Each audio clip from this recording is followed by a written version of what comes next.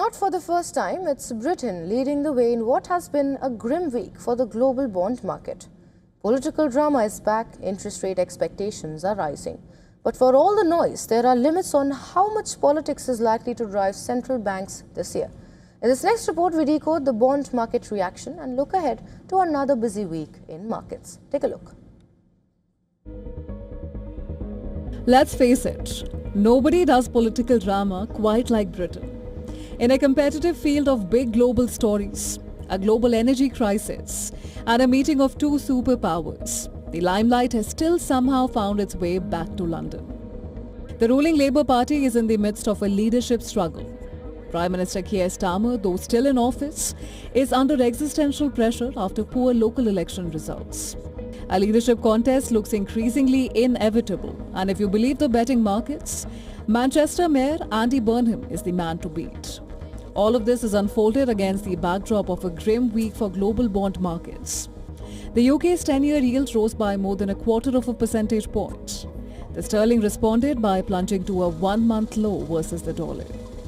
But Britain is hardly alone. US 10-year yields are up about 4.5%, back to levels last seen post-President Trump's reciprocal tariff announcement in April last year.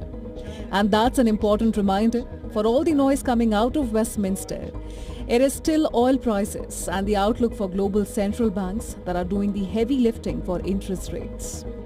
Of course, politics could matter more from here. There is certainly scope for gilt yields to rise further on domestic drama. But the real question is, will politics really be a central driver of central bank decisions this year?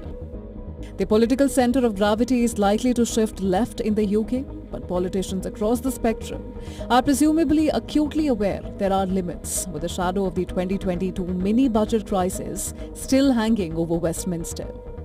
Still, that is not quite the question facing the Bank of England. The bank needs to judge whether a modest fiscal pivot of this kind would materially boost inflation over a 2-year horizon. That brings us neatly back to energy.